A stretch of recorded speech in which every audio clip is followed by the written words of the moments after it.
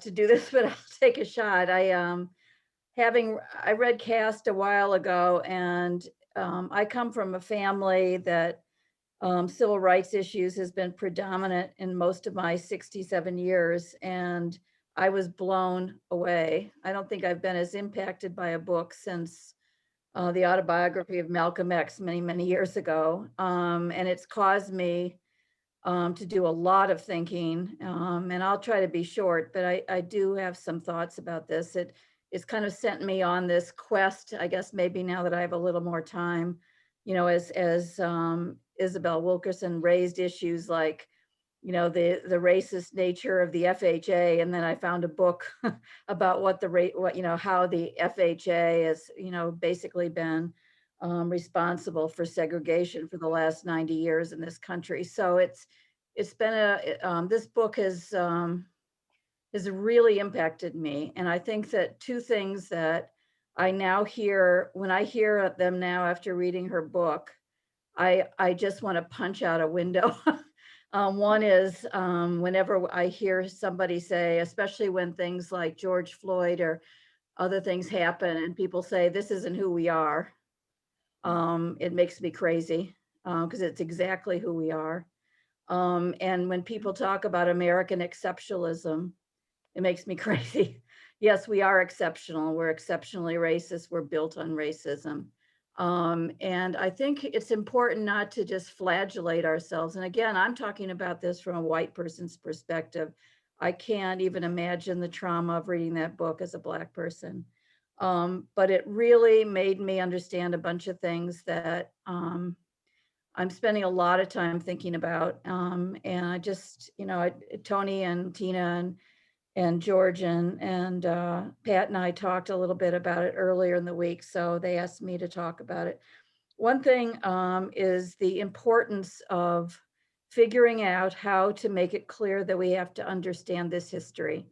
Again, I mean, having read this and thinking that I knew everything, and realizing I knew nothing, that I didn't really understand that we had, 170 years of Black people in America in slavery before there was even America, before there was a United States government, that the entire government was built on an economy based on slavery. And then we had 85 more years of slavery after that.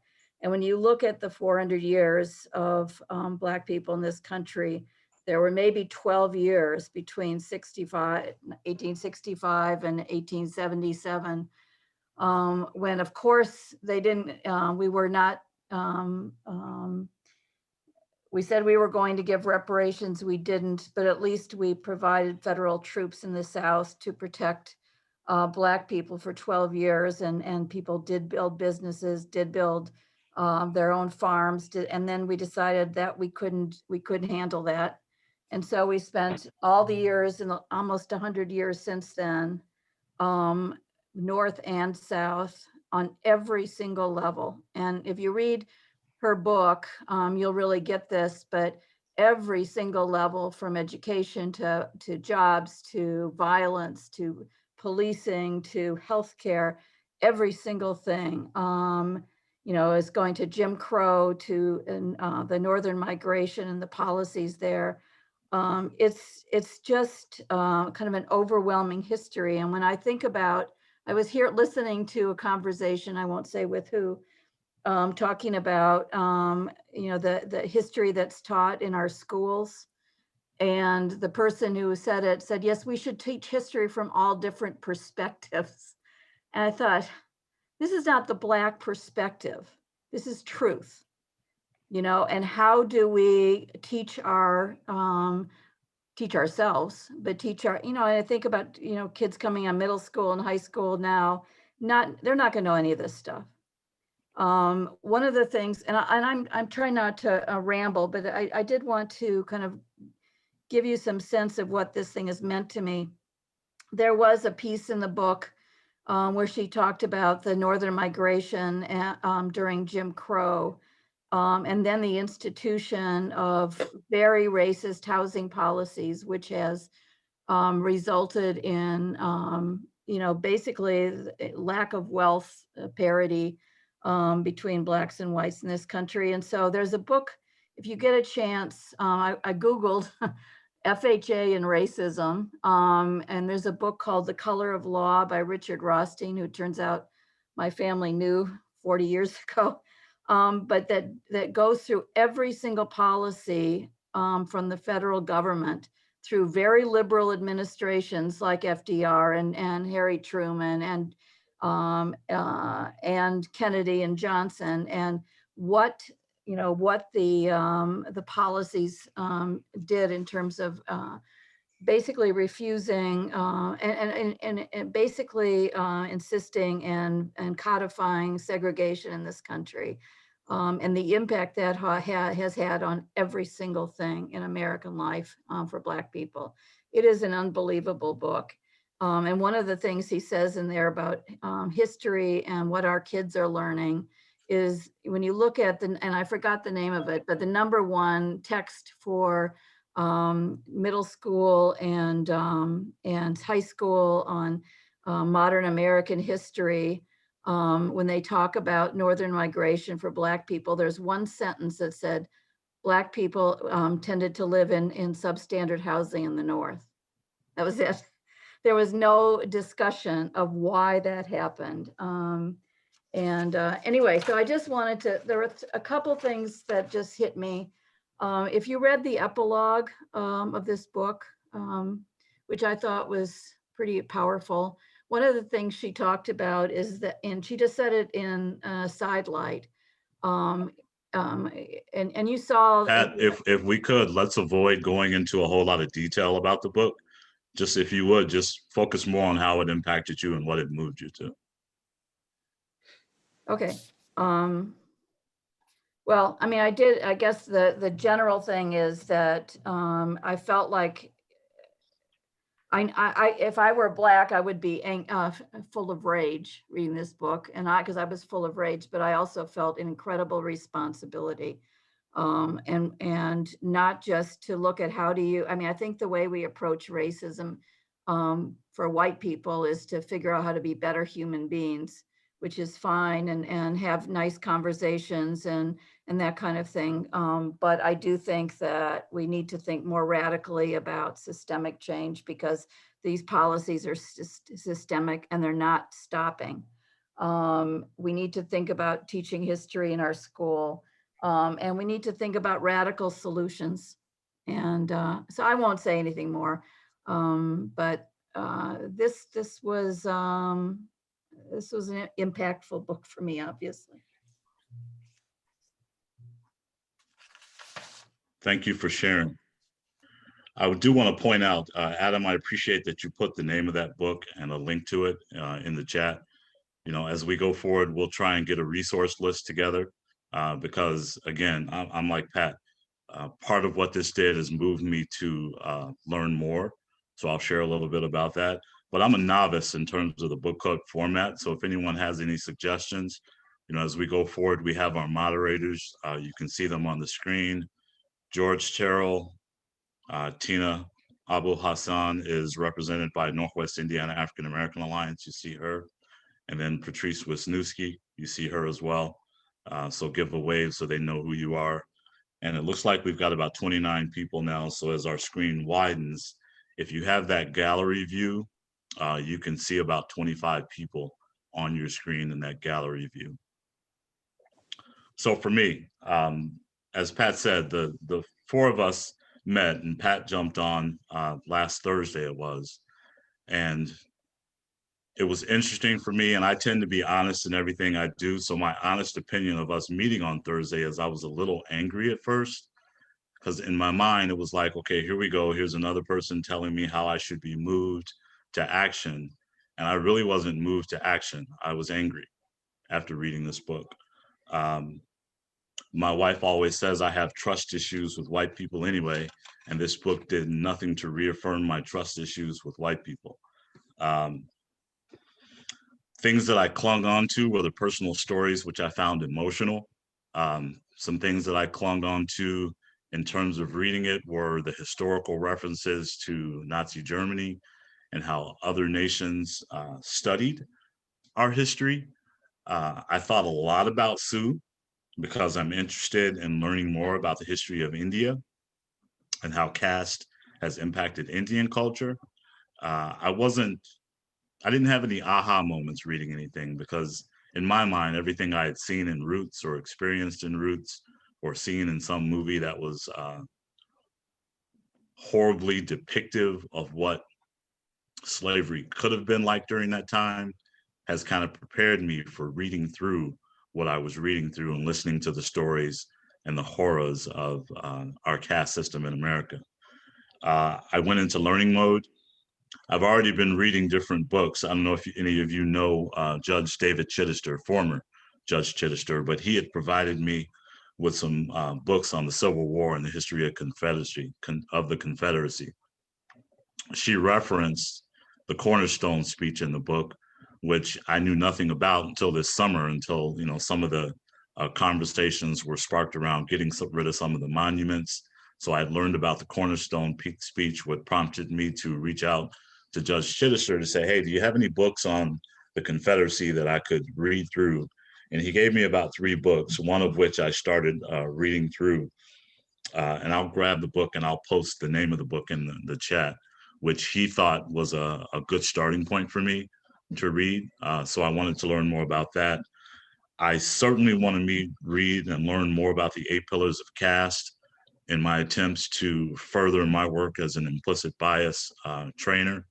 I want to incorporate some of what I've learned into that process. And then part of me thought, why me?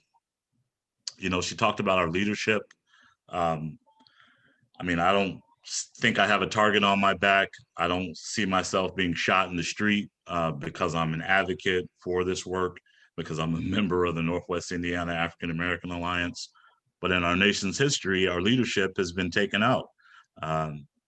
And I'm proud to serve with the people that I do in Northwest Indiana African American Alliance. I think I've found my voice and I've opened up in my work in criminal justice and as a juvenile probation officer to tell people about what we're doing, to get more of a contribution and bridge the gap and network in the criminal justice system with what we're trying to do as agents of change. That was my impact on the book. And if she would like, Sue, I'm not sure, based on a thumbs up, if you would like to go next, or if I should just turn it over to George, but I'll turn it over to George and kind of let him talk and give his perspective, and then we'll go from there. Okay. Just to remind people, the questions we ask are what's the importance of the book? What impact did it have on you personally? And what, if anything, did it call you to do? And,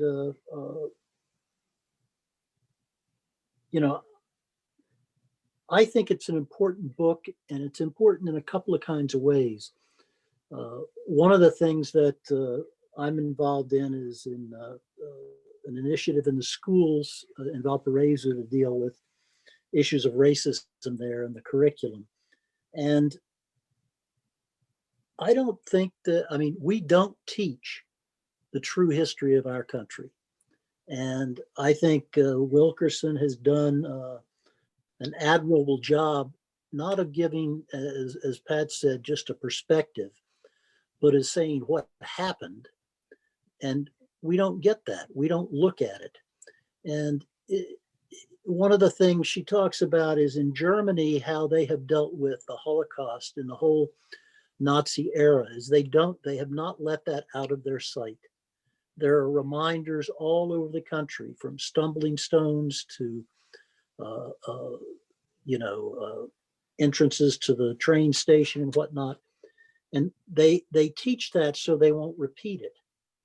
And what's happened in our country is that because of the dominant caste, we don't teach the truth. And it fools people. And so my sense of urgency on this has been increased. I think it's, I feel like we are cheating our children out of having our nation become what it aspires to be.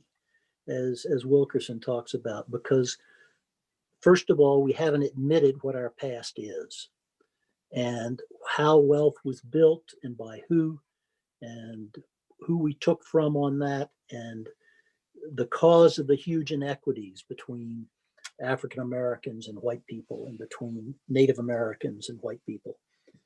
And so from my point of view, it's made me think that we need to push hard on trying to get the schools to tell the truth. And there's one other thing, if I can, is in the epilogue, there are no solutions here that she proposes, but I'd encourage you, when you get to it, is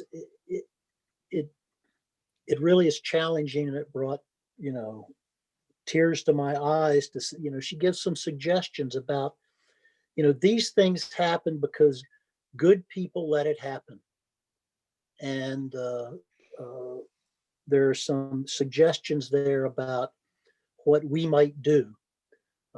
There's some stories in there about high caste Indians rejecting their caste, and some of the same things here. And so it's caused me to want to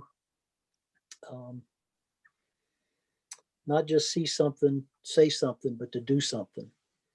So I'll leave it there and pass it on to Pat Wisniewski, and then she can pass it on from there.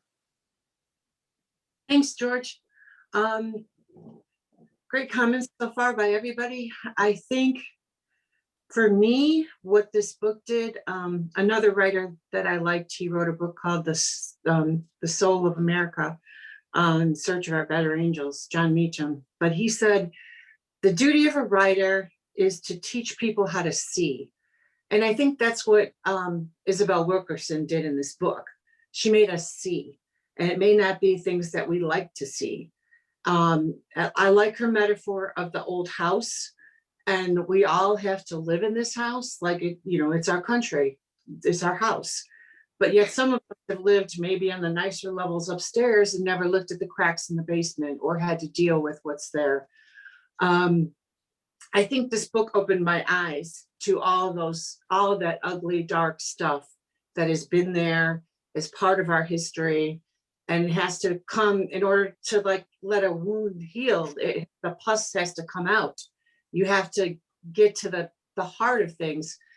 And I don't know, as a country, I think one time Bill Clinton might have said something, but I don't know if there's ever been an official stance or apology to people of color for all that they've gone through from the highest level of our nation. I think that's one place we need to start. I also think that, I'm forever an optimist. So I'm always looking for solutions, and I'm looking for things that we can do. Like Pat said, what can we do?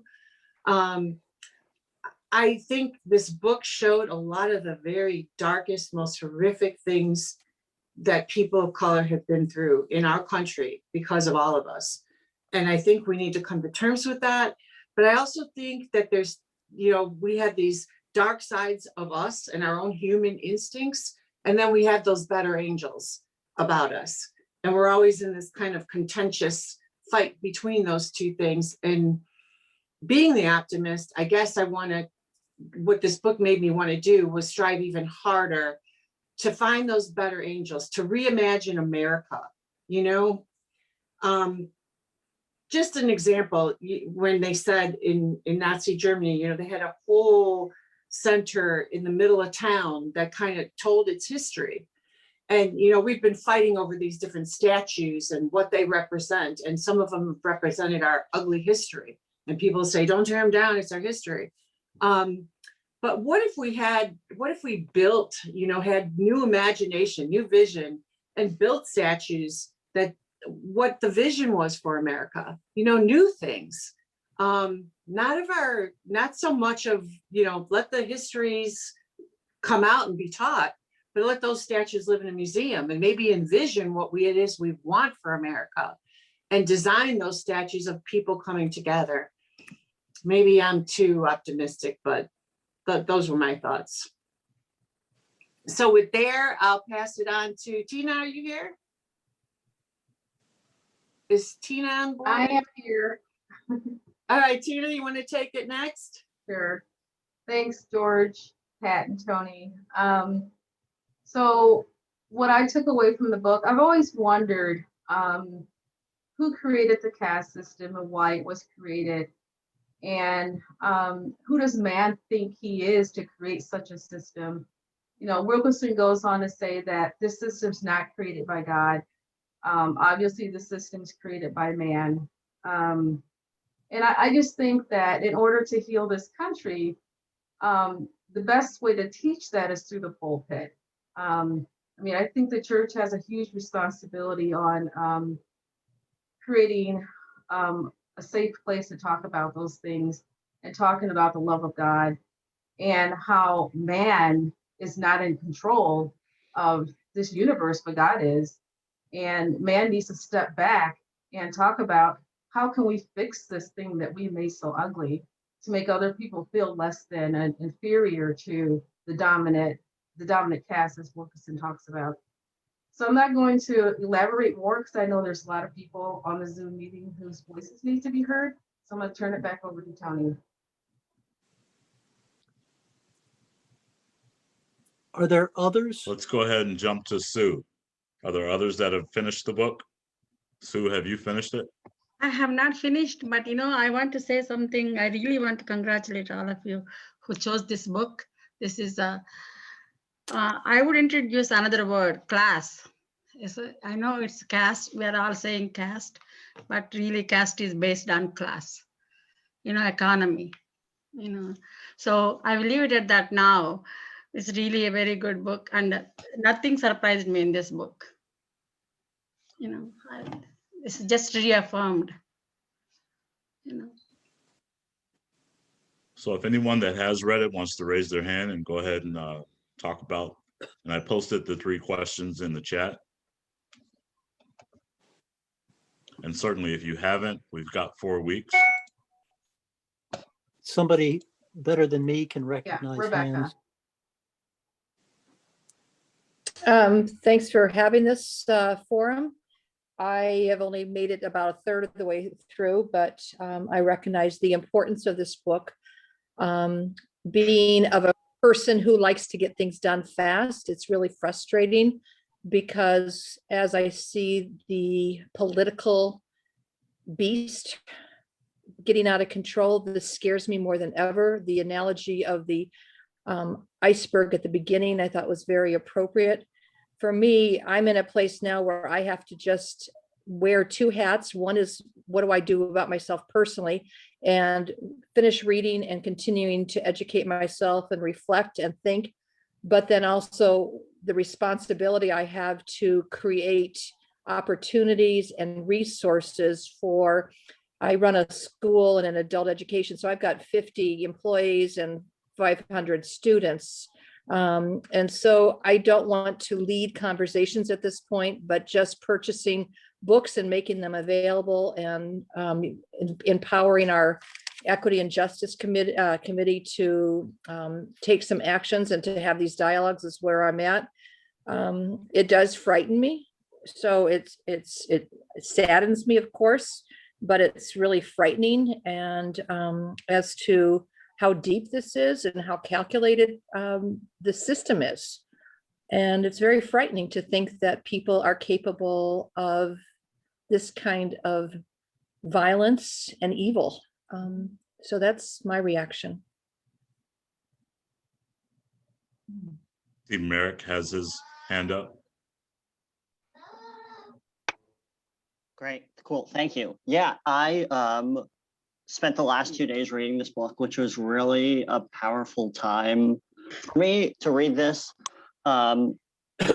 I think what was really eye-opening and amazing about this book was for so long when thinking about race and issues in this in our society, it was so based in this idea of intersectionality and this notion that right, that race and class and gender and all these things come into play. And I think this book does a great job of acknowledging that. But what I think the author does that really boils it down to brass tacks was talking about folks like Forrest Whitaker, and following up with that quote by LeBron James of just basically saying that overall, looking at this caste system is what we need to do. I think one of the things that struck me so heavily as well, and I was trying to quickly find the page that I couldn't, was talking with those German youth to look at Nazi Germany and how it fits in. And this notion, right, that this wasn't something that as a young person that we have perpetrated, but understanding that this is a world that has been built by my parents and my grandparents and is privilege I continue to live with. So I think as George pointed out, something that I would, that I initially saw as a detraction from the book was that there isn't a path built for us. And I think that that isn't something that we can necessarily expect. And I think just really underlines the notion that we need to build the future together. So I'm really excited to continue having these conversations. Thank you for sharing that. So if I may, I don't see any other hands up, but as far as the moderators, certainly if you have any questions that you'd like to throw out to the group, I had a specific question for Greg, and I'll try and target my questions so that I don't have everyone opening their mics at once. But Greg, in terms of leadership, I mean, I look at you as our leader. The way I carry myself sometimes, I reference how you would think in that situation. So being out front and being in leadership and being under a microscope from time to time, how has that impacted you? If I could ask you that question and ask you to respond. You can't see my face? Mhm. Yes, Can you see my face? yes. Yes. Then you know how it Yep. impacted me, right? Right? Yep. Right. It's a terrible cause. And it impacts more than you. It impacts your family, your loved ones, the priorities that you have. I watch other people have family reunions and shit, right? But I don't get to do that. I didn't get to do that. I might get to do it eventually, but that's not, I mean, if you place it as a priority, then you almost have to separate yourself. And it's not a matter of when it's gonna happen. It's happening all the time, Tony. So the more you step out, the more you give leadership, the more the volume is turned up in terms of your scrutiny. And so you become sensitive at it, but at the same time, it's like a tire. It keeps wearing, right? And eventually I've watched other leadership. I've been around James Luther Bevel, who was with Martin Luther King. I've been around a brilliant guy by the name of Archie Hargraves. I was around a guy by the name of Jim Kingsland. Jim Kingsland was a brilliant political scientist. People didn't even know him. I watched the sister be at the university when you was at the university. She ran the library, right? Margaret Perry. Margaret Perry is an African-American woman that was in this town. She wrote 4 different, premier books on the Harlem Renaissance, and nobody in the whole damn town didn't even know her. There's people on campus that didn't even know her. And she was here for like 25, 30 years. 4 different books on the Harlem Renaissance, right? It's like, folks put themselves in a bubble. But when you lead, basically, you see that scrutiny and you get that scrutiny. So I would assume anybody that's leading, and stepping out, they're paying a cost for it. They're paying a significant cost for it. I mean, that's just what you have to decide that you're gonna do or not do. And I get people coming in and out. The issue is, though, when we start talking about the privilege, you know, if you're leading and you're a person of color, you don't get to step in and out of leadership. It's on you all the time, whether you want to deal with it or not, whether it's early in the morning or late at night, or, you know, when you're tired and drawn out, people still don't give you the opportunity, the privilege to step out of it if you're underrepresented populations. Because there's a matter of color prejudice that's also a part of that caste system. So yeah, it takes it's a serious toll. And most folks don't know how much it is taken from you, you know, until, you know, they talk about healthcare disparity, right? Why Black people die often. It's because they're under the stress.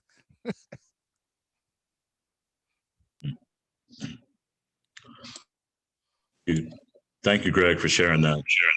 So Larry and Ann, I see the two of you together as a married couple. What brought you here tonight?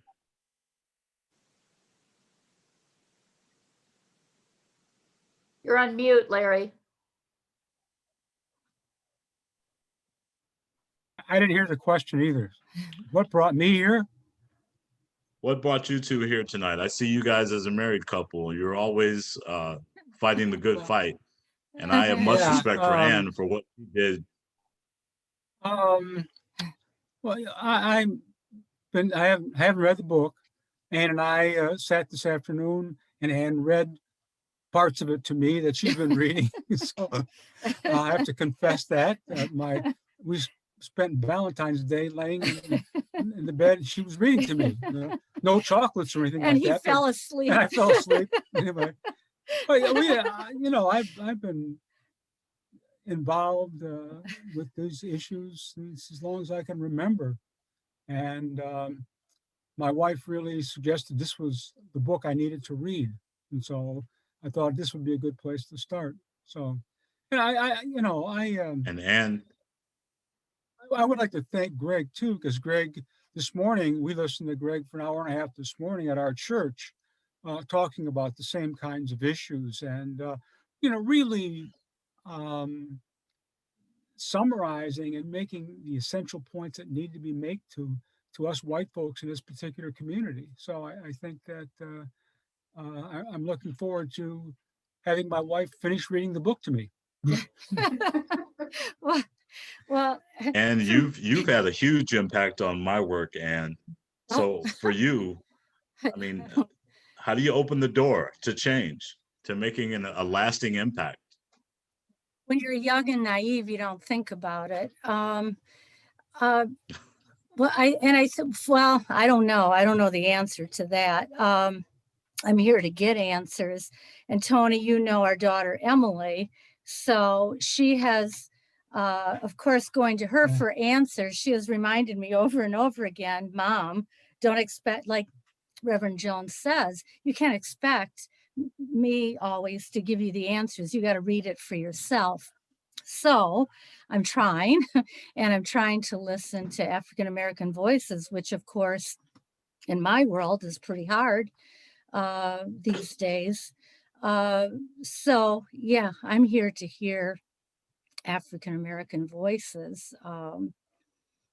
And the book, again, the third of it, maybe not even a third of it that I've read is, yeah, very, very moving, but doesn't, you're right, it doesn't, whoever said that, it doesn't give answers, but it motivates me to keep asking the questions, I guess, and keep listening. And Tony, I have to say, probably Tony, you're one of the biggest reasons I came, because I do respect you immensely, what you've done too with the implicit bias. I've learned a lot from you through Thank our you. daughter. I appreciate that. Yeah. Yeah, and Emily's following your footsteps, that. really pushing the implicit bias Yeah. down in India, Tony. So yeah, it was a good relationship with her. Yeah. So. Great. So I'm not going to ask who our oldest participant is, but I see Jared is on here. I would imagine he's our youngest. Jared, you with us there? Yes. How you doing, sir? I'm doing good. I'm doing good. How I are think you? about you often. I'm good. And I know I think about Mr. Cotton too. You know, growing up in this environment, I didn't experience it until 1988. But how are you doing, and what are you hoping to get out of all of this networking we're going to be doing for the next month?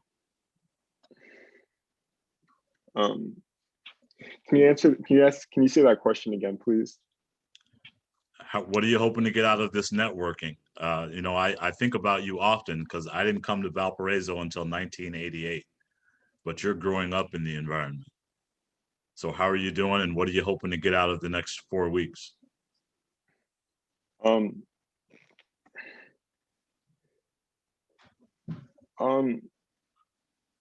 what I'm hoping for is to, with this networking with the people in here, that hopefully for students of color and for Black people and all BIPOC people mainly, that they don't have to experience the things that, you know, I've experienced at Valparaiso Community Schools, that hopefully through this, we can help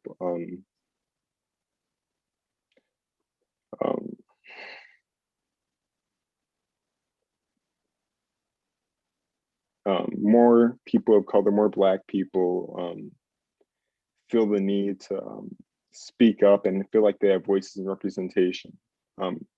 Personally, for me, I didn't really see myself speaking out. I felt as if, you know, with the things that I've experienced, that that I was told that it's normal to experience, that it's okay. It wasn't stuff that I was told, but it was stuff that I felt, you know, at Valparaiso Community Schools, or that, you know, that I was pulling the race card. But to be specific about it, I hope that seeing that the majority of people in here are white and are a bit older, that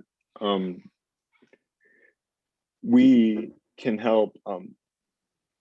It's not our job to educate them, but we can help guide them in a sense and to help them use their privilege to help change our community and help change our school systems and more.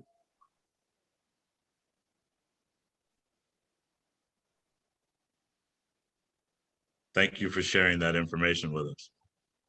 Thank you. Bob, I see you over there in my corner. How you doing?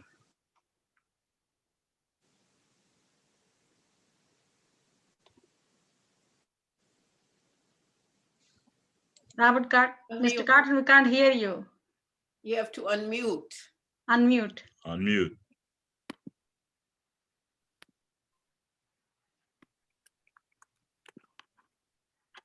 Or the host can do it for him. Yeah, Yeah, the host I just typically can asked him unmute to it. unmute. He did it, I think. Mr. Cotton, No, you he's can unmute. unmuted. If the host Okay. would like to unmute him, they Yeah, can do I'm looking for his name. The host can only request they unmute. You can't force him. Right. Oh, okay. It might depend on the So- different accounts that we have. All So right. Patricia, let's go to you. Okay, he's unmuted, Tony. Yep. Hello. Is he unmuted now? Yep. Okay. Yeah. Well, I'm really kind of an odd guy, in as much as I see the universality of caste discrimination, what do you call it? Relationship and controlling pop in these structures and constructs that largely are successful and effective because of the way people buy into them.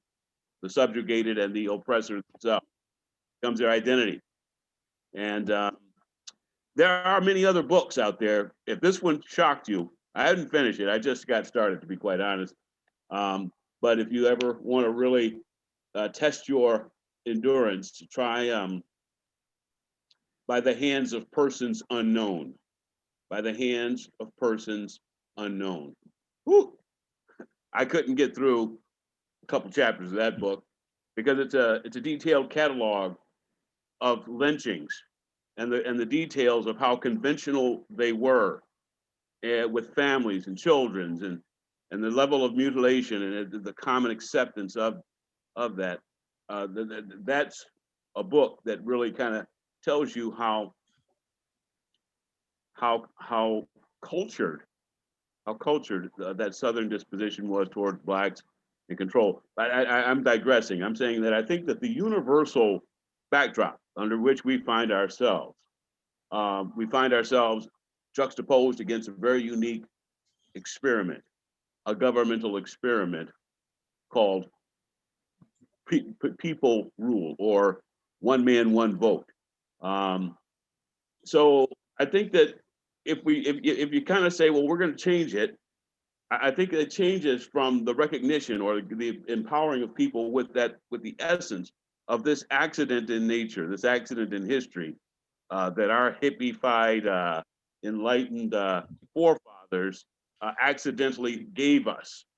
But rather we sit sort of idly by, not recognizing that, not doing the type of education, whether the system does that for you or not. And I would be inclined to say that that would be another struggle with the countervailing, a plan to try to offset the political correctness, if you will, or the correct teaching of history. There's a counter movement to that already. I mean, I think that what should I say? People tell me that I should be traumatized, or that growing up in Valparaiso should have been just an awful thing, if you will. And quite frankly, I think that perhaps that is, depending upon what your expectations are, that any place can be, very challenging. And I think in many ways, growing up in the inner city public school system, I perhaps was more challenged, but by different types of brutality and circumstances, if you will.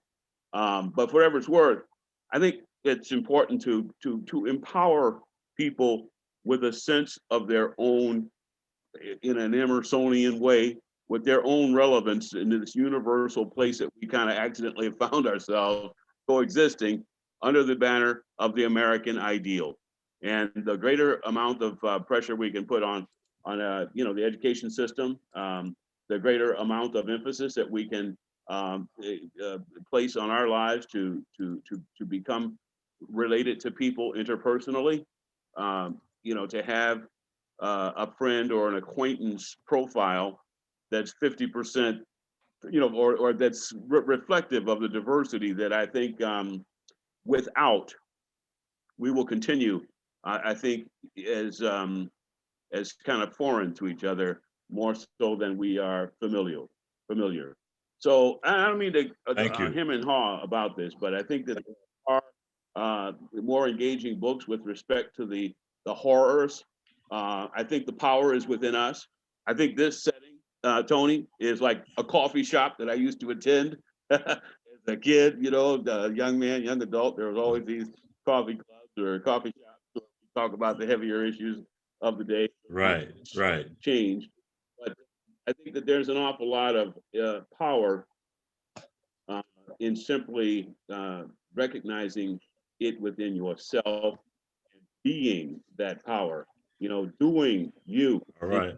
Whatever something, system or otherwise, says you can or you can't.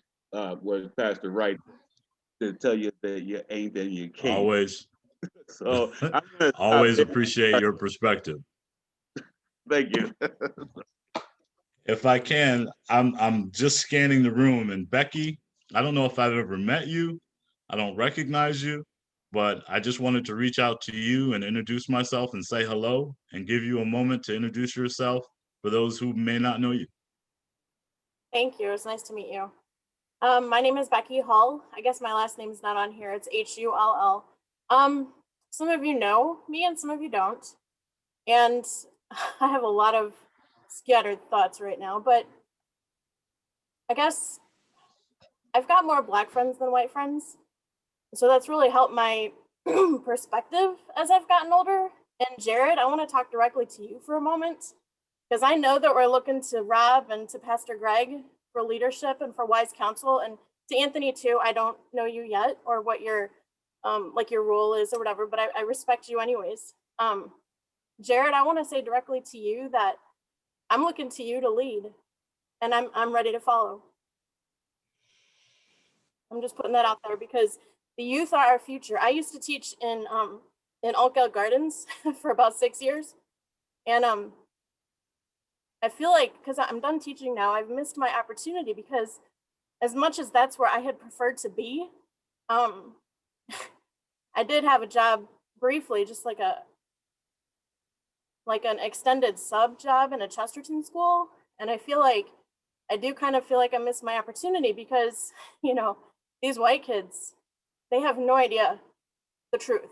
And I remember going to the principal and saying, well, you know, we always do Black History Month, you know, it's February, we always do this. And she's like, well, we're not doing that in Duneland schools. Then we have to celebrate all the other months. And I'm like, okay, I got you. So we did Black History Month anyways, we just didn't call it that. And the kids didn't know any different, but I gave them every bit of history that I could for the 4 months that I was there. And I feel like, I mean, I'm not teaching anymore. I'm kind of done with that, but I feel like the youth are our future, and we need to, as somebody else has stated, we need to jump on that and, you know, reveal the truth and debunk the other stuff that's actually going on in the schools right now. So thank you for the opportunity to, you know, have a discussion about this book. And I just want to let you know, I haven't yet completed it, but I've never actually read a book in which I need to like take notes and underline and highlight stuff like every paragraph or every other paragraph. That's new to me. So thank you. Connie has her hand up. Yeah. Go ahead, Connie, we see you. You have to unmute yourself. Unmute.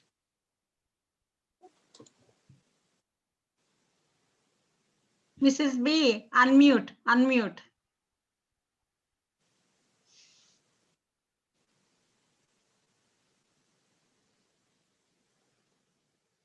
So she's not gonna unmute, huh?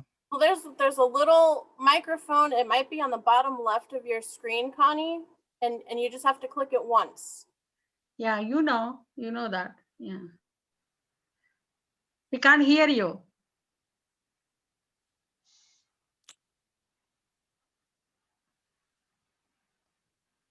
Uh-oh, She might have stopped the video. Well, Patricia, I'm going to turn it over to you. I feel like I'm dominating the conversation. You may have some questions of someone around the view, or Tina or George. I wanted to raise just two issues for. Yeah, go ahead, George. And then I think we should give Paula the opportunity to say a few words. Yep. I just wanted to raise two issues for people to think about as they finish reading the book. And one is the difference of approaches between how Nazi Germany and Germany in itself has dealt with the horrors of, you know, Nazism and the Holocaust versus what we've done in this country. And throughout the book, there are examples that compare and contrast what happened in Germany and what happened here. And, you know, there is this analogy of a house. We didn't build it, but we're responsible for it now. And the youth in Germany take the position that their job in one way is to keep the truth of their history in the forefront so they don't make that mistake again.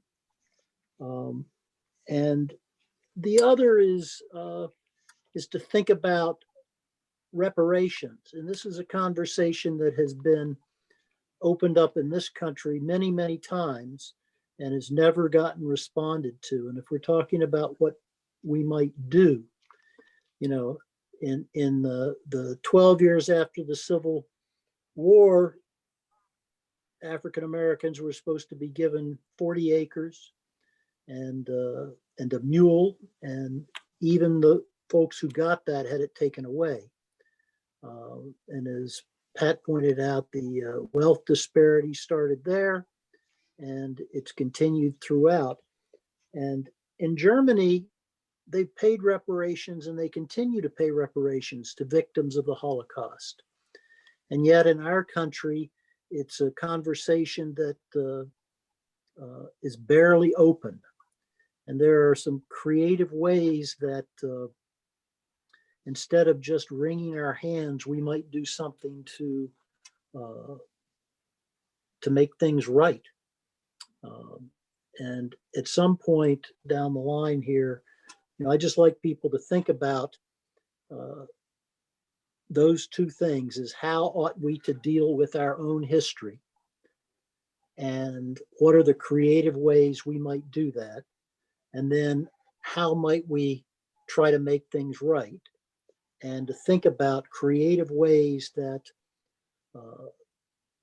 she talks in some parts of the book about how many years it would take to try to equal the wealth gap. And there's some things we might do to shortcut that. And so to think about those things as we go through this book in the next 3 weeks, and as you finish reading it. And then, Tina, George, it's my understanding that Connie's iPad is unmuted. Okay, good. Back to mute again. Okay, right. she's good Now now. you hear me? Yeah. Yes. It's Connie, we can now. You cannot hear me? Yes, Oh, yes, we can yeah. hear We you. can hear you. Oh, okay. I was just going to speak for the senior bunch, of whom I must be the captain, I guess. There isn't anybody here more senior than I am. Anyway, what you're doing, what we are doing, pardon me, because I'm in it, has to be published more. And don't forget the seniors. There are senior groups in each church that need to know about this book, about the the 3 questions that you asked and the answers to those. The people who are doing this, they would be welcomed to speak about this at different places. So have at it. Great. Thank you. I know that Paula has reached out to me. She's had her hand up for a minute, and I see Becky has hers up. Paula, go ahead. Oh, I just wanted to say that reading this book, I read it maybe a couple of months ago, and then I started reading it again. And I have to say that it is very, very difficult to read it, especially when you get to the parts about the lynchings and how those were accomplished. And I echo what Robert Cotton was saying. I probably could not read the book that he talked about, By the Hands of Persons Unknown, because it is very, very difficult to read. But I do want to point out one thing, that even though we are all gathered here, and I'm glad that people did sign in, but let us remember and stay vigilant, because when you look at what happened in the Capitol on January 6th, and then you look at what happened, was it yesterday that they took 40, excuse me, I think, was it 47 some senators did not have the courage to call the riot what it was. It was a murderous, event. And it just amplifies the fact that there are, 2 Americas, and that 74 million people voted for, I'll call it, the other America. And it's very frightening. And someone raised, some commentator said that maybe these senators did not vote to call the riot what it was, because they may be feared, they may be afraid for their own lives, that these groups will stop at nothing. And perhaps maybe they will even attack the people at their homes, attack their families. So I'm going to continue reading the book. This will be my second time through, but I'm paying more attention to details. But the analogies and the metaphors are spot on. And we just have to stay vigilant and continue. I think we have to continue and amplify what we're doing. That's all I want to say this week. I see the other Connie has her hand up, and I know Becky had her hand up as well. I just want to throw out to everyone, I believe we're going to stay on for another half an hour. So those of you that are feeling compelled and you have something that you would like to say, if you're able to stay on with us, there will be a forum for it. Your voice will be heard as we go through for this 4 weeks. And again, if you have any recommendations for me on a book club, I'm a newbie, so I'm more than open and more than welcome to take any suggestions that you might have going forward. So I'm going to kick it to Becky, and then we're going to go to Connie Wilmer, unless Connie, you say you have to go off. Yeah, Tony, just let's say one thing about the protocol here. Yeah. Is it we're respectful of people's times. We're up at the hour now. People who have to leave can, and we'll leave it open for another half an hour for people who want to stay for dessert. And the 4 coordinators will get together and we'll send something out at the beginning of the week to focus our discussion on the next week, and point you to particular questions that we're going to deal with. And we have the ability to have some chat rooms in the future if we'd like to break down into rooms of 4 or 5 people so people can have a more intense discussion and everybody gets to talk for the next 3 weeks. I'm going to have to leave. Go Hello? ahead. Yes. Connie here. I'm going to have to leave, but I thank you all for including me, and I will do my part in speaking up for this. I have dealt with Black people. I have lived there with them during the World War II, and I have stories to tell, but I have good stories also. So I can't do it now. I have to leave, but I do thank you for doing this and for including me.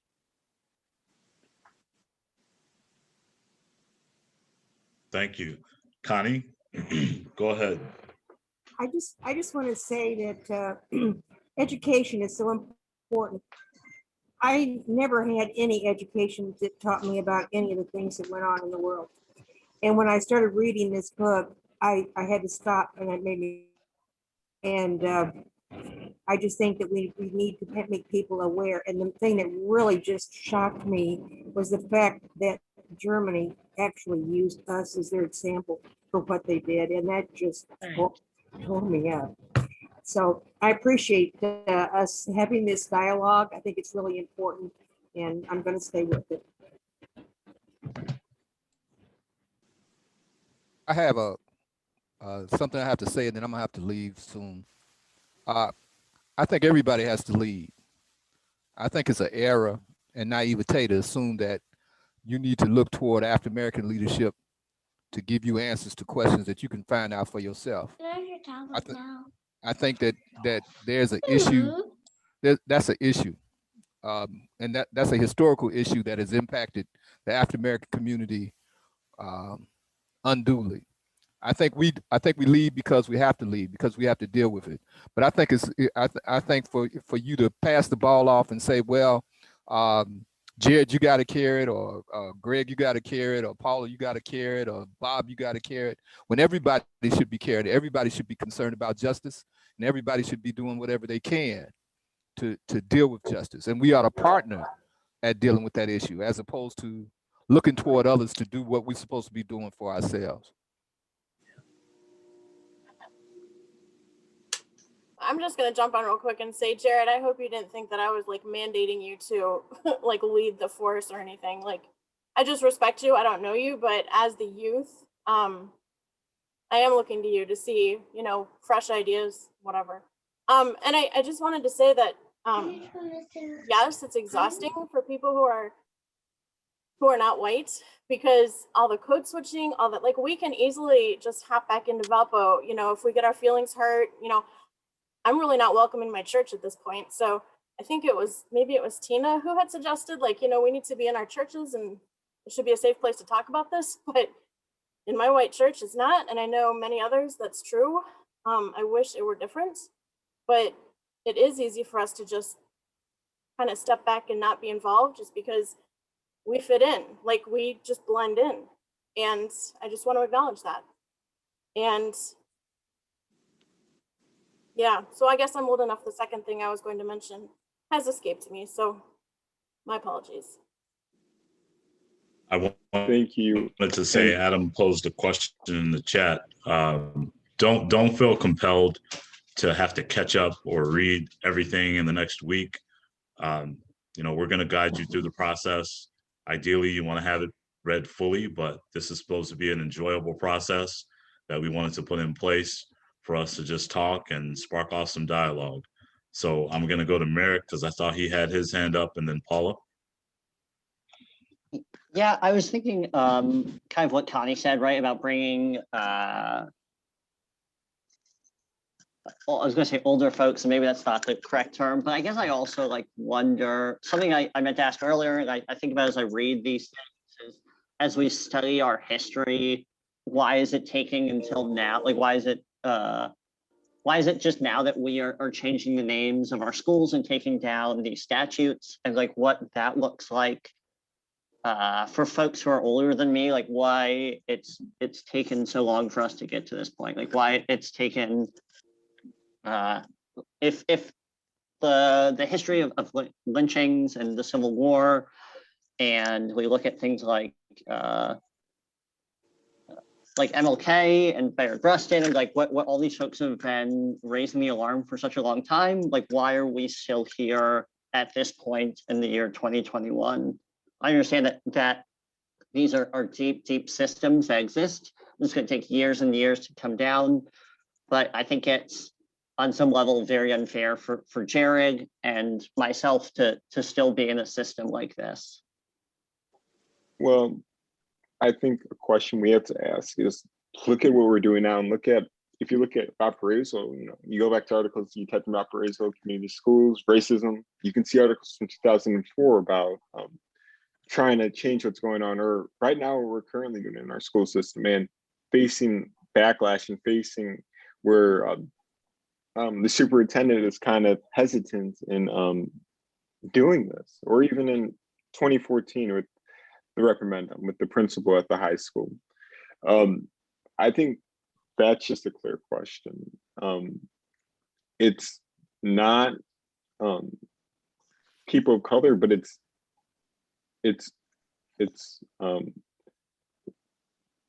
white people, and it's also a misconception of, you know, kind of what Greg brought up earlier, of having Black people, putting them on the pedestal, because we have the principal at the high school is a minority, and there's not always going to be a person who's a minority who's going to be great for leadership, and many of the people of color, many Black people who go to Valparaiso community schools are silent, and it's the stuff that across the United States it's just normalized, and with trying to end these issues, it's Black people have been doing this, have been fighting since this has started, and white people have continued to silence Black people, and leaderships have ignored this and broken promises. Well said. Paula? Paula's had her hand up for a minute, and then Adam. No, I really haven't had my hand up, but did you never take it down? maybe not. I'm sorry. Yeah, maybe, I didn't intend to have my hand up, but I'm glad that we are going to have these discussions for the next 3 weeks. And I'm glad to see that there was such great participation.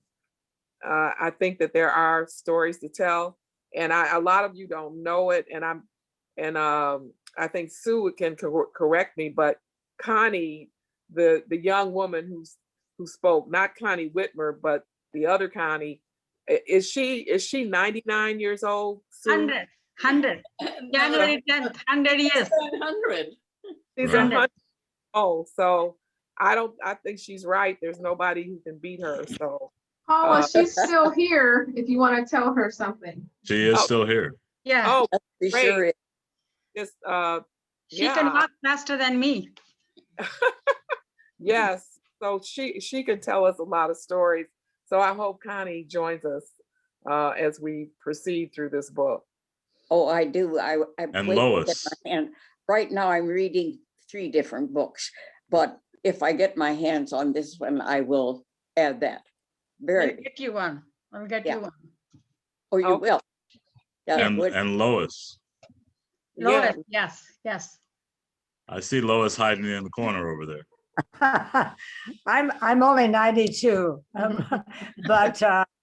but I have one thing to say. First of all, I really appreciate having this chance to discuss this absolutely stunning book. I have wept through much of it, all right? But I remember back in the 60s, who was the Black leader who said when he was asked, what can we do? He said, Whitey, civilize yourself. And that's really what we white people have got to do. Civilize ourselves, and maybe we'll finally pull this out, okay? Adam, I know you've been, and George too. Then we'll go to George. Go ahead, Adam. Merrick, just responding to you a little bit. I hear your frustration. I think you're certainly correct to be frustrated. Looking around the Zoom, maybe I'm still younger than average in the room. So, you know, I'll stand up and take my share of the blame of complicitness. You know, why has it taken me until I'm 40 to realize that Thomas Jefferson is maybe not such a great role model? You know, if you're going to name middle schools, maybe you could do better than Thomas Jefferson and Ben Franklin. You know, it's that somehow didn't occur to me for a couple of decades of my adulthood even. So, you know, it's a process. It takes a while to undo 400 years of evil. So. Tony, there's Diane. Diane wants to talk. Okay, I'm sorry. I've got a kid in distress and my wife just went to pick up dinner. So hold on. Okay, Diane, go ahead. Oh, I just wanted to say this is like a sidebar. You're talking about the Confederate memorials. And I just read this really interesting book by Ty Seidel, A Southerner's Reckoning with the Myth of the Lost Cause. It's called Robert E. Lee and Me. I mean, after you read this, you can see why none of them should be standing. And it's interesting because it's told, he's a professor emeritus of history at West Point. And it goes into a lot of detail and things he found out, you know, lynchings and all sorts of things, but it's told from a white perspective to white people. And I mean, I just think it sort of goes in with what we've been talking about. It's like we've been duped by this whole, it's like the North won the civil battle, but as far as the South won the war, as far as the mentality. And that we've been sort of tricked into believing certain things that aren't true just because they are able to, you know, just Robert E. Lee and what a great person he was, et cetera, et cetera. And the fact that a lot of these statues and the namings of all these bases are to people that were really horrible people. Yeah. George, can I just say something really quick? Yeah, absolutely. Go ahead. That? A friend of mine did some research and she found part of exactly what you were talking about, Diane. That basically a lot of the history is written the way it is in textbooks is because a lot of the places that actually create textbooks, like the actual physical book with pages, like a lot of those are in the South, like many are in Texas. And so they totally have control of the narrative in ways that I don't think that we would be okay with, but I think that's part of the reason why. It's just their geographical proximity to the South. I'm sorry, George. No, that's fine. I want to respond to, you know, Greg and Jared too, is that they're right, is that this is something that, you know, white people invented racism. We invented caste, and we ought to have the intelligence to take it apart. And it is our responsibility. That's part of what this is about, is learning the history and then taking the initiative. Most of, you know, she talks about, you know, were the Germans all monsters, awful people? She says, no, they're just average Germans. And if you look at what's happening in our country, our 74 million people, we're going through the same thing here that they went through in Germany. I mean, the Yes. parallels are astounding to me, about how the German population got on board with this horrendous program. And if you look at what's happening in our own country right now, it's good people staying silent. And, the first thing we're called to do is to not stay silent. And the German youth have taken it on themselves to say, we need to tell the truth about our history. Otherwise, we're going to repeat it. Yeah. And if we're just finding out about it now, and we all are in one way or another, we all ought to feel cheated about the education we got. My guess is that very few of us got the truth about how the wealth of our country was built, what we built it on, how we took it from the Native Americans and broke every treaty we ever had. And there are people who have done a calculation of what would it take to repay for the labor that we stole from African Americans. And that doesn't even count the other kinds of horrors that we did in terms of destruction of family and culture. And if we don't, if we stay silent and count on somebody else to spoon feed us, we're part of the problem. So we'll continue this on down the line. May, George, can I? Pardon? How we got here? How we got here? Go ahead. But first of all, thanks. We just talked about it in different ways. But I view the civil rights movement and the passage of the Civil Rights Act as being kind of like the end of de facto, de jure, if you will, by law, statutory slavery. And under the history preceding 1968, there was the black voice was muted. It was actually in a extended state of I don't know what you call when you just dormant or docile. I mean, there's a certain amount of in mass. I'm talking about the mass. So we're just waking up. We're just waking up. I think there's a certain amount of truth that can be said about a lot of people just don't know no better. That's what my grandmother used to say. She said, be kinder to your people, Bobby, because a lot of people just don't know no better. And then what we do know though is how to navigate the game. And many of the leaders who say they are leaders have learned how to expedite their path towards normalcy. And there hasn't necessarily been the leadership because again, that is leaders sometimes follow their flock as opposed to leading their flock. But I just like to say that I grew up, singing because I like the name, like it being in the song. I wish I was in the land of cotton. Old times there are not forgotten. Look away. I would sing it the loudest and the proudest all my life as a kid. And I remember it now without recollection. White folks been woke to that forever, if you will. And looking perhaps at these black kids taught in a way that we are and say, ain't that cute? Without necessarily, you guys, if you weren't woke, you should have been woke.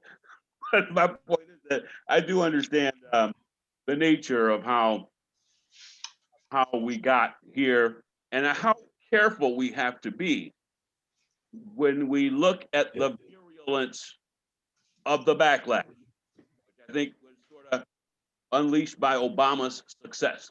And then you look at the composition of the Senate, you look at the nature of our policy, our interaction with the dark world versus the totalitarian world. There's a lot at stake that a lot of us in our kumbaya way kind of, and I say that with some, tongue in cheek, Kumbaya is good, but we aren't keeping it real with respect to the sustenance of our dominance and world order, if you will. So the issue is if I could, I'm sorry, yes, go on. Robert, I don't mean to cut you off. I'm sorry. You did a good job. If I could, you did a massive. There's a representative of Northwest Indiana now that's had her hand up for a minute, and is it Julie? Yeah. Yes, it's Julie. Yeah, I just wanted to say one of the things that I really enjoyed about the book. It's kind of weird to use the word enjoy about a book like that, but one of the things that I did enjoy about the book, and I'm about 2/3 of the way through it, is that it gave me a vocabulary. It put things in a context and gave a lexicon to things that have all been kind of disparate and hard to just kind of bring into focus. And I think that's what I appreciated the most about it. And it gave me, as a white woman who, surprise, as a white woman who works a lot with other white women to, trying to talk to other white people, it's just amazing. We can have conversations about LGBTQ equality. We can have conversations about all sorts of other marginalized communities. And when we get to talking about race, you see these walls come up, and these women who previously had been willing to listen and learn and talk and question and discuss and argue, all of a sudden they're kicking and screaming, and don't throw that racist word around. And so this book I thought was very helpful because it gave me a lot of different ways to be able to present the topic, even as I'm dealing with it as a white woman from the suburbs of Chicago, who's now living here in Valpo. But also the whole idea that, my dad was a veteran of World War II, and he was in the occupation troops in Germany after the war. And one of the things that he did was, on a couple of different occasions, he was one of the soldiers who was there when they were leading the German villagers through the concentration camps that had been liberated. And there were these people, he will never forget that there were these people walking through the camps where the stench was still real. The blood was still barely dried. The mass graves were still fresh. The barracks were there. And they were denying what they were walking through because they just could not accept it. And they kept insisting, oh, no, that didn't happen. Or, oh, no, this is, like a red flag operation. Or that this is what they're saying to try to blame us for. And so when Wilkerson put that juxtaposition between Nazi Germany, while I was reading all of those sections, I was just hearing it in my dad's voice. And I was listening to it on audiobook, so it was really weird. But but no, I mean, I was hearing my father talk about his experiences, and that, I think, really hit me hard. But yeah, so there's those two things I just wanted to say. Thank you. Thank you. Is it Julie? Julie, yeah. Okay. Tony, I've got to step away, so somebody can run this till 7:30, and then we'll send out an email early in the week, okay? All right. Mm-hmm. Thank you. Is it Meenakshi? I see you had your hand up. Yes, I guess I'll be very short on time, so I'll elaborate next time about the Indian perspective, different from Sue's, because we come from different parts of the country, and we have very different experiences. But the book is very, very interesting. I cheated and listening to it on Audible instead of reading it. But I immediately had to text my kids that they need to read this book. Patricia and Tina, I don't know, that might be a good place for us to start for our next session, is with Sue and Meenakshi, and get some perspective from them. Yeah, absolutely. Totally agree. Totally agree. It is very powerful, I think. Yeah. So I know I try, when I'm facilitating, I try to have a personal relationship with my audience, and get to know everyone around the room. I haven't heard from Eddie yet, and I know we're running short on time, but those of us who, don't know each other, if you could, I think Eddie, and as I'm looking around, Marianne, I see you, Connie, a little bit more from you, and then Diane. Claire, Judith Hurdle. Pardon? A lot of other people were there, very, it's going to be a very interesting conversation if you hear from all of them, Mm-hmm. Is it Edie? Go ahead. It is Edie. And we've only have lived in Valpo only about 8.5 years. And, but I've been in other conversation groups with some of the other folks that are here. And I had seen Oprah introduce this book and made me want to read it. And I'm happy. I'm only partway through it, but I appreciate the opportunity to talk about it because it is helping to inform me so that I can be a better listener and just have my eyes opened to the realities that people are living with, and being mindful of becoming an advocate for change. So thank you. I appreciate your leadership and the opportunity to have a conversation. Thank you. Marianne?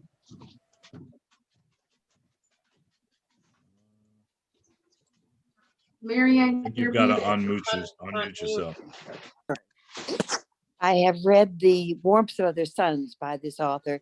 She's a wonderful writer, and I know I'm going to enjoy this book. I've just started it, but I think she presents wonderfully, and I think I'm going to learn a lot. Diane, I see you're unmuted. Oh, I talked before about that book, about the Robert E. Lee and me. I mentioned that, and I've read a third of the book, and I agree with Marianne. It's and the other person who said it gives you a vocabulary, and Yes. It gives good examples so you can understand better. It brings everything down to a real basic level. And I really think though that a lot of those people don't understand the Confederate statutes. And that's maybe a good place to start, is for people to really understand what really happened then and how things got twisted afterward. It's at least a thing they could maybe understand better. But Patricia and Tina, I'll turn it over to you because there's singing going on in my house right now. So my time is. Okay. Is there anybody who didn't speak yet that would like to make a comment? I know we're grateful to have all of you. Tony did an amazing job here. And we're just so happy that everybody came together, because I think the more we have these conversations, the more we can build our community to be a more welcoming place, a more conducive community of all people, and from our community to our country. But we got to start somewhere. So we really appreciate everybody coming on tonight. Is there anybody else that would like to add any final comments? Tina? Well, we do have 2 minutes left, so I just wanted to let everyone know our next Zoom meeting will be on the 21st, 6 o'clock, same Zoom number. So if there are no other final thoughts, I'll turn that back over to Tony. I have just one thing. I found out my mom she read this book a while ago, like when it first came out. And one of our family friends from our church on the west side actually worked with the author when she worked for the New York Times as the Chicago bureau chief. So I don't know if they stayed close or not, but I would love to have, like, it'll probably never happen, but if the author could stop in on one of our Zoom meetings, that would be amazing. You never know. Ask, I guess. I mean, Isabel, Yes, ma'am. that would be nice, wouldn't it? I'll see what I can do, but I don't know if they stayed in touch much after that. Yeah. That would be wonderful if you could. I'll ask for sure. Okay. Tony, are you able to summarize and tie things up here? You good or no? Yeah, I mean, I'm thinking that our members, if they want to stay on with us and kind of process a little bit the first meeting, I would appreciate that. Just a little feedback from everyone. And then as we go forward, I know George is going to prepare some questions and some guidance for us for the next few sessions. So I appreciate all of you coming on and taking some time out of Valentine's Day. Enjoy the rest of the evening. Thank you. Thank you, Tony. Yeah, and thanks, every- Tony. Thank and you. everyone, thank you. Pat, Thank you. everybody. Bye. Can I ask real quick? So is the next meeting 60 or 90 minutes? I just want to make sure I plan appropriately. And I understand that that's something that y'all probably are still figuring out. So I don't actually really even need an answer tonight. You know, Mark, the meeting is 60 minutes. George Okay. just wanted to invite others to stay on an extra half an hour in case we ran over time. Cool. Once again, wanted to thank all of y'all and looking forward to continue talking with y'all next week. Have a wonderful week. Hey, Merrick, plan for 90 minutes. Take care. I'm sorry, what was that? Merrick, I'm just saying plan for 90 minutes. Totally. Cool. Thanks for those of you who put this together. I'm humbled that I'm a part of it. It's good meeting you, Rebecca. Thank you. Thank you for coming. Yeah. Yeah, because I just moved from my bed. Yes, you did. Shh, All I'm right, you all almost have a done. good night. You too. Well, actually, Anthony McDonald, I'm just reading your name. Can I ask, like, oh yeah, you're still there. Your square just moved. I hate when it does that. What is it you do? What's your day job? I'm a juvenile probation officer, but I can talk to you a little bit more about that the next time. I want to process with our members a little bit for the next one, but I'm a juvenile probation officer here in Porter County. Okay, thank you for doing what you do. Thank you for being with us tonight.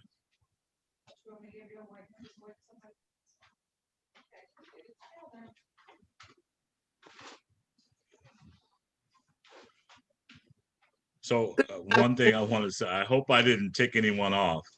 No, One. it's 7:32. It's past time, so you're good. Okay. I think you did well. Glad that you did. I think you did a really great job because there were some speakers who need to be corralled, and you did that very artfully and respectfully, and it. I think it went quite well. Okay. I just wanted to reaffirm that. And then going forward, I mean, I know we're going to have breakout rooms. I would imagine, Tina, they'll just be assigned randomly when people come out. Yeah, so what I'll do next week, we had about 30 people on. I will make about 6 breakout rooms that'll put about 5 people in each room, and I'll let them assign it randomly. And then if I don't see like moderators in the rooms, I'll move you guys around. Okay. Like for example, if you, Pat, and George are all in one room, I'll move you around. Tony, Okay. you know, one of the suggestions, if I may give, is everybody is feeling emotions. So and the solutions, how we can change, one change in the community, local community, we can do. You know, it doesn't have to be big changes. Educationally also, we can suggest some small changes. You know, today I was watching American, what is that? Henry, it is a program on PBS. African American lives, how he went back and found the roots of the African American as slaves, their own like a fifth great grandfather, like that back. And the way I was impressed, the way they are giving the information without emotion, And Henry Louis Jr. was feeling emotion, but people are all white who was giving the information to him. So if we can give solutions without emotion, we can make change. Think about that, because if there is emotion involved, I was wondering, everybody said Germany is able to learn from their experience. My question was there opposition for Hitler in those days? Or they are in agreement with him? They're not fighting with each other, right? Right. So that's why as a group, they made change because they're not against somebody. Here, some of people did not accept slavery. I don't know how many people think that they accept the slavery, that they did a bad thing. I don't know. First of all, that's where it has to start, that slavery was a bad thing. With this many people, is the breakout room process going to be more conducive to what we're trying to do? And that's, I'm not going to keep you all longer, but I'm just curious as to, it's a lot of people to manage and trying to walk through and judge their emotions. Well, yeah, you might want to just do 2 breakout rooms where maybe there's, 15 in one, 15 in another, so that more voices are heard. I don't know, Tony. I know, yeah, that might be a solution too. And we can think about it. I've been in groups where there've been like 150 people, and people went into breakout rooms, but then when they came back together, the task in the breakout rooms was to get, for someone to take notes and for that person to be a spokesperson when they came back as a, big group. So that's another way to do the breakout rooms. Yeah, and maybe we ask people next week, because I thought tonight went really well. I thought you did a really good job, Tony, of getting everybody's voices heard, introducing, making people feel comfortable being there. And I think it was interesting to everybody, if they didn't want to talk right away, that they could just listen to a lot of different voices. So yeah, and then right, Pat, and then Tony, we don't want to just hold the moderation to ourselves. Like once they go in a breakout room, you can ask someone to be the facilitator in that breakout room, someone who wants to just step up and do that. That way, whatever room you arrive in, you arrive in. It will happen automatically, organically, it will happen. We can see next week how it goes. It was really fantastic today. It's really nice, very nice. Yes, I thought it was. I was happy that we had so many people. So, yeah. I wonder, how many people will come back. David. So, maybe we may have. That's the important thing, Paula. Everyone's voice has to be heard, and we have to talk about the book. We can't go off on a tangent and talk about other things because people won't come back. So they'll be like, well, I thought I was going to discuss the book Caste. We're talking about other stuff. So we really do have to stick to the topic. I think they'll come back. It was great to see a good turnout. I think whether they're off topic or on topic, it's a book club, so talk about the book, but I think they'll come back. Just one perspective, you're talking numbers. If people want to process, in my experience, for something this heavy, 15 is still a lot for an hour. So they're not going to have much time to talk. For me, it's a trade-off between, there are some people I want to hear that, I'm not going to hear Robert Cotton if I'm not in his breakout room. So, that's a trade-off. And then you can decide how much you care about moderation, if you're willing to leave it up to the crowd. And I think people come to this with goodwill. So, I don't think you'll have problems in the breakout rooms. Right. All right. You can write questions too. They can write their points. They can type in chat. Because if they all can express, we can write, we can type. Yeah, so how many Alright. attends, Tony? We'll just divide that number by whatever, so that there's like 5 people in each room. So if there's 30, we'll have 6 rooms. If there's 25, we'll have 5 rooms, you know. Okay. Thank you all for your perspective and your feedback. It's appreciated. You earned your Valentine's Day today, dinner, Tony. Pestos, we ordered in. We still don't go out to restaurants too much. That's good. Oh, good night. All right. Good night. Okay, bye. Night, guys. Bye-bye. Bye.